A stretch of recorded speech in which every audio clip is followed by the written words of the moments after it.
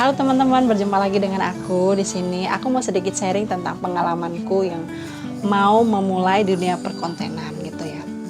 Aku itu tipe orang sebenarnya paling pede dengan terhadap kamera ya. Kalau ya bisa dibilang ceria lah ya terhadap sesuatu gitu.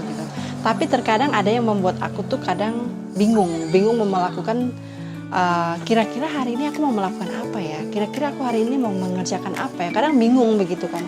Apalagi mau terjun di dunia perkontenan ya, di dunia perkontenan itu kan sesuatu yang sebenarnya yang kita lakukan gitu kan. Kadang orang terjun di dunia perkontenan itu ada bermacam-macam, mempunyai, ada yang pengen mendapatkan penghasilan gitu, ada juga yang passionnya memang di situ gitu lah. Ada juga yang mungkin ya karena sekedar hiburan atau bagaimana. Nah kalau aku sendiri mungkin untuk penghasilan itu sih nanti urusan belakang ya, karena kan apa yang kita lakukan itu tuh ya pasti akan terkadang yang kita upload gitu, terutama saat ini yang marak-maraknya di dunia perkontenan seperti kadang TikTok, Facebook atau FB Pro atau Instagram gitu kan. Nah kalau untuk diri aku sendiri sih mungkin aku lebih ke membuat untuk kesenangan diriku sendiri gitu kan.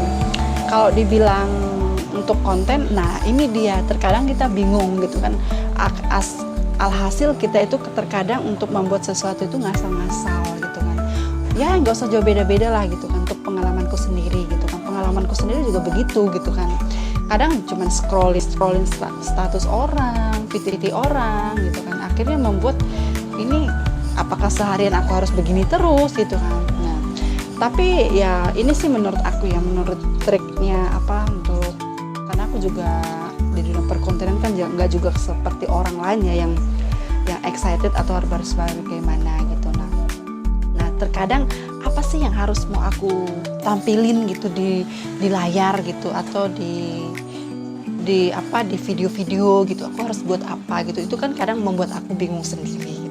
Nah akhirnya aku pernah belajar juga gitu, baru-baru ini aku belajar gitu kan, bahwa kalau kita mau melakukan sesuatu itu sesuai fashionnya kita, sehingga kita tuh punya ide-ide baru gitu kan.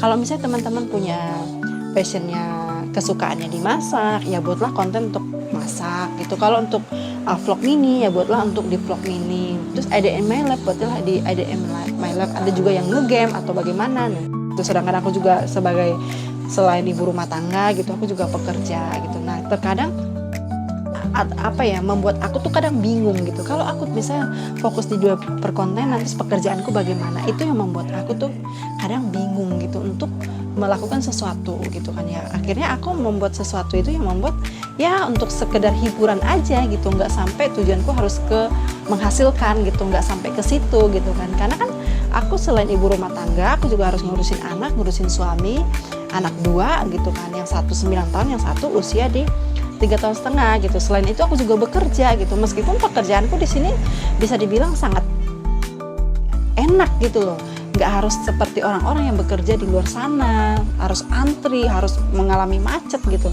Tapi ya aku bekerja ya di bidangku, memang kami tuh jasa ya, di bidang jasa, sehingga membuat ya bekerja aku di rumah bisa sambil ngurus anak gitu kan.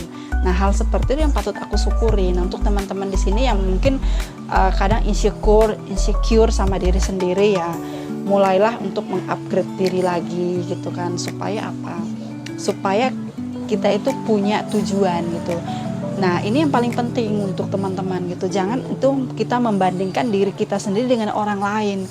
Terkadang ini yang sering kita, kok itu begini ya, kok enak ya gitu kan, kok hasilnya dari dia begitu bisa begini ya. Itu yang membuat kita insecure gitu kan, sehingga kepercayaan diri kita itu kadang turun gitu. Nah di sini aku juga belajar ya teman-teman, bagaimana untuk diriku itu tidak selalu membandingkan diriku dengan orang lain, sehingga itu yang akan berdampak untuk kita sendiri gitu kan. Sampai kapan kita harus membandingkan diri sendiri dengan orang lain, sehingga ya orang lain ya punya kehidupan masing-masing, kamu juga punya kehidupan masing-masing gitu kan. Kan segala sesuatu itu kita harus sama gitu kan, dengan apa yang kita lakukan saat ini gitu. Nah jadi ya melakukan sesuatu itu harus dengan benar-benar sesuai fashionnya kita ya teman-teman ya gitu kan. Masa sih kita harus stuck di situ-situ aja. Ini udah mau tahun 2025 gitu ya. Aku juga belajar kok saya tahun 2000 selama 1 tahun ini ya seperti ini terus ya gitu. Nggak ada perkembangan, nggak ada kemajuan gitu kan. Ya aku juga mau gitu kan, maksudnya mengupgrade diri supaya kita semakin banyak-banyak apa ya, naik level lah gitu. Dalam arti naik level ya membuat ya kita ya jangan di situ-situ aja gitu ya. Pasti kan teman-teman juga punya tujuan atau impian bagaimana untuk kehidupan kita itu ya jangan juga harus kita banding-bandingkan dengan orang lain gitu, sehingga ya itu yang akan terjadi gitu. Aku pernah berada di posisi itu gitu kan, membandingkan diriku sendiri dengan orang lain gitu kan, melihat orang lain kok bisa seperti itu ya, kok aku nggak bisa seperti itu ya gitu. Itulah yang namanya kan kita masih berada di zona nyaman. Zona nyaman itu tidak mau melakukan segala sesuatu gitu kan. Kalau kita mau bertumbuh atau mau naik ke level selanjutnya, pasti kan kita harus keluar dari zona nyaman itu sendiri ya.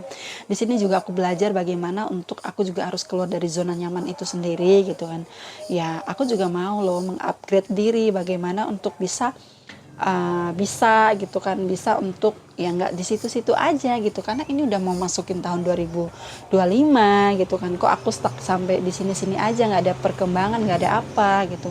Nah inilah penting kadang kita mengenali apa sih fashion kita masing-masing. Fashion itu bukan berbicara tentang pakai fashion baju, bukan, tapi sesuatu yang kamu suka ya. Apa yang kamu suka, apa yang kamu lakukan ya, yang kamu suka itu yang akan kamu lakukan, apa yang kamu kerjakan, seperti itu ya. Ya kalau misalnya teman-teman sukanya di bidang apa ya tekuni gitu.